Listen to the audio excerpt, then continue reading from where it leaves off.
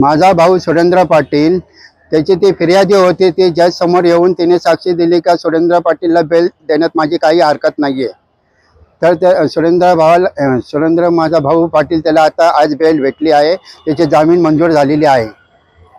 मी advocate विनोद गरुड आज रोजी सुरेंद्र पांडुरंग पाटील यांच्या बेलच्या संदर्भामध्ये माननीय कल्याण न्यायालय डिस्ट्रिक्ट कोर्ट या ठिकाणी सुनावणी झाली।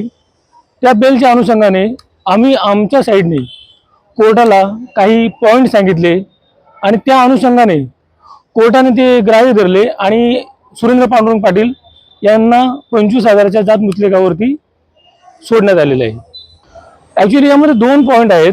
एक पॉईंट असा आहे की फिर्यादी जी आहे ती फिर्यादी माननीय न्यायालयासमोर आली आणि तिने सांगितलं की मला सुरेंद्र पाटील यांना जर बेल मिळाला तर माझी कोणत्याही प्रकारची ऑब्जेक्शन नाही, असं तिने माननीय कोर्टाला सांगितलं। आणि त्याबरोबर या घटना जी आहे ही घटना 17/8/2023 ते 30/3/2024 या दरम्यानमध्ये घडलेली आहे। म्हणजे FIR करण्यासाठी हा डिले झालेला आहे आणि हा डिले खूप लॉंग डिले आहे। तर कोर्टाने ह्या दोन्ही गोष्टी कन्सिडर केलेल्या आहे की इतक्या कालावधीमध्ये त्यांनी FIR का केला नाही किंवा फिर्याद का दिली नाही, तो महत्त्वाचा मुद्दा। आणि त्याबरोबर फिर्यादी स्वतः सुद्धा आली आणि तिनेही कोर्टामध्ये सांगितलं की सुरेंद्र पाटील यांना बेल जर मिळाला तर त्यावरती माझी कोणत्याही प्रकारची हरकत राहणार नाही।